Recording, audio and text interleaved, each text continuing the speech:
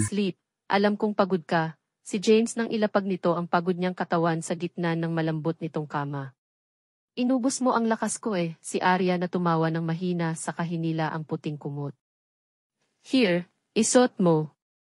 Ipapalaba ko na muna iyong damit mo, anitong inalalayan siya sa pagbangon matapos abot sa kanya ang shirt nito. You have a very nice and soft skin. Alam mo ba yon? Si James nang muli ay mahantad rito ang kahubaran niya. Ilang beses mo nang sinabi iyan, anyang sinubukang isuot ang shirt pero inawat siya ng lalaki. I already marked you as mine. See, anitong pinadaanan ng hintuturo nito ang maliliit na marka sa katawan at dibdib niya. James Anyang nag-iinit ang magkabilang pisngi dahil sa ginawing iyon ng binata. Umangat ang sulok ng labi ni James saka siya hinalikan. Gusto mo bang kumain? Pagkuwan ay tanong nito. Ngumiti siya matapos isuot ang damit. Wala akong panty, ang natatawang sagot niya. Umiling ng magkakasunod ang binata saka kinurot ang tungki ng kanyang ilong. Brief ko gusto mo. Sandaling nag-isip si Arya saka nagsalita. Pwede na kaysa wala. Nagkibit ng balikat nito ang binata. Kung ako ang tatanungin mo, I prefer unique lying in my bed. Anito sa nang aakit na tono. Marahas na napasinghap si Arya. Pwede ba? Hindi na niya natapos ang iba pang gustong sabihin dahil pinutol na iyon ng binata. Magpahinga ka na, ako na ang maghahatid sa'yo pauwi. Anitong kumuha ng brief sa chest of drawer saka inihagis sa kanya. Natitigilang sinundan lang ni Arya ang binata na nagsabing ipapalaba ang nabasang mga damit niya. Pagkatapos ay nahiga at nagkakasunod na nagbuntong hininga. Nandito siya kasi alam niyang hindi lang iyon dahil sa trabaho. Dahil katulad ni James, mukhang hanap na rin niya ang binata. Nang makabalik ay dala na ni James ang malinis na damit ng dalaga. Inabutan niya si Arya sa kwarto niya na noon ay mahimbing nang natutulog. Ibinaba niya sa accent chair ang dala saka maingat na naupo sa gilid ng kama. Tahimik niyang pinakatitigan ang magandang mukha ni Arya. Mabilis na nagbalik sa isipan niya ang mainit na sandaling pinagsaluhan nila kanina.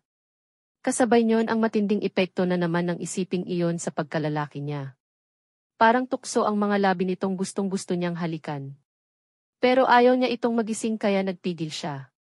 Lumabas siya ng kwarto saka isinara ang pintuan.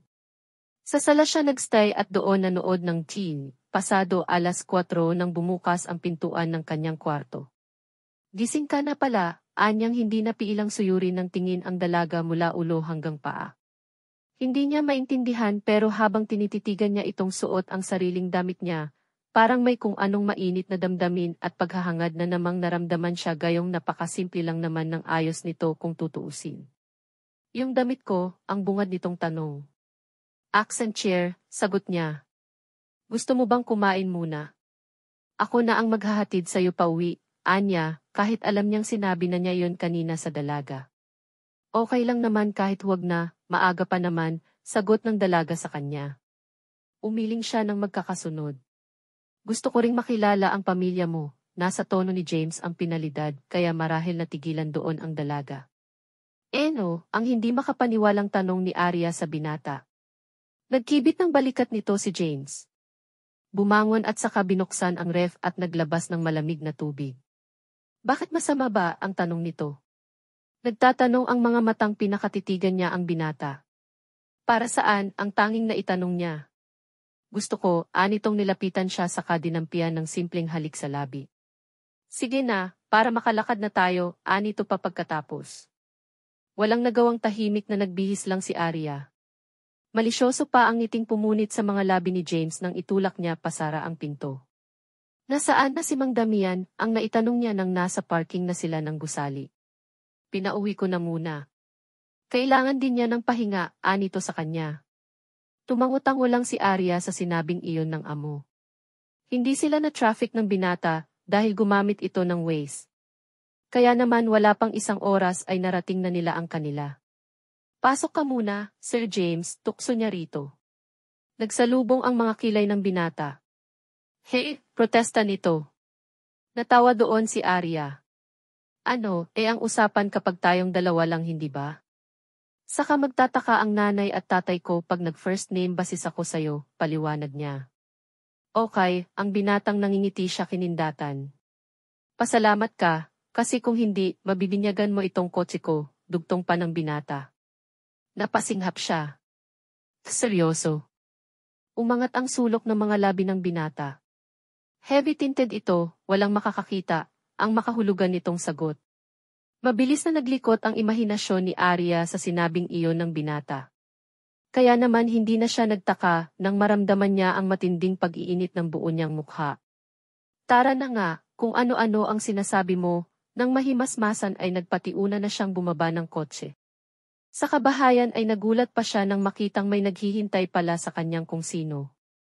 Anong ginagawa mo dito, Norman? Ang galit niyang bungad kay Norman. Gusto sana kitang makausap, anitong tumayo, pero mabilis na natigilan ng kasunod niyang pumasok ng kabahayan si James. At sino naman ang isang ito, ang galit nitong tanong saka madilim na tinitigan ang binata. Boss ko. Saka ano bang pakialam mo? Umalis ka na nga. Break na tayo hindi ba, ang irita niyang taboy sa lalaki saka ito mabilis na tinalikuran. Nagpakawala ng buntong hininga si Norman saka matiim na sinulyapan si James na nakamata lang. Mahal kita, ang maikli nitong sabi sa nag-uulap na mga mata.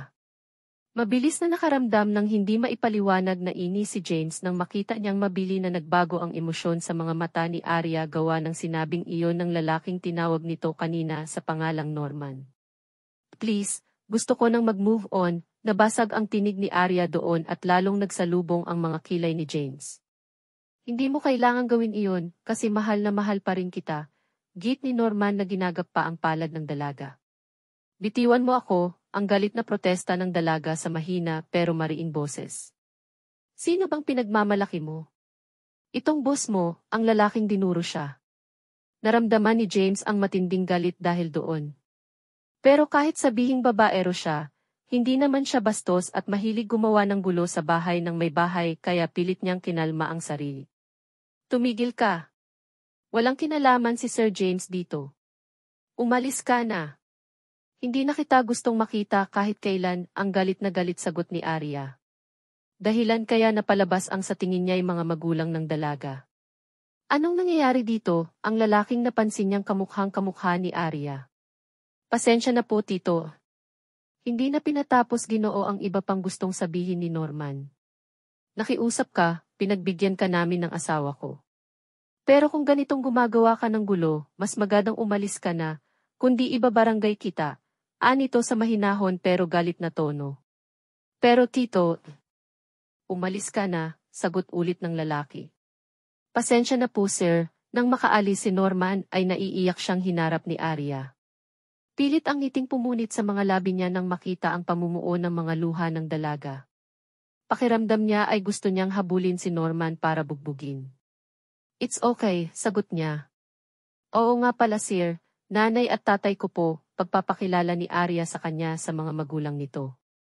Nay, tay, si Sir James. Boss ko, pagpapatuloy nito. Naku papasukin mo, nakakahiya naman at nandyan siya sa may pinto, ang ina ni Arya na ipinakilala sa kanya ng dalaga sa pangalang Sita. Kumusta po kayo, ang binatang kinamayan ang mga magulang ni Arya na malungod namang tinanggap ng mga ito. Hindi maunawaan ng dalaga ang sayang nararamdaman niya, habang pinagmamasdan ang mga magulang niyang masayang nakikipagkwentuhan kay James. Mabuti na lang at pabulong nang itanong ng mga ito sa kanya ang tungkol doon. Lalo na ang nanay niyang inalok pang sa bahay nila na maghapunan ang binata, na tinanggihan naman ito gawa ng ini-expect raw ito ng ama nito for dinner. Ang mga kapatid niyang sina Anya at Alex ay napagkamalan pang bago niyang nobyo ang binata, kaya hindi iyon narinig ni James. Salamat sa paghatid, nang ihatid niya ito sa labasan. Tumango ito. See you tomorrow, sa kondo ko, anito.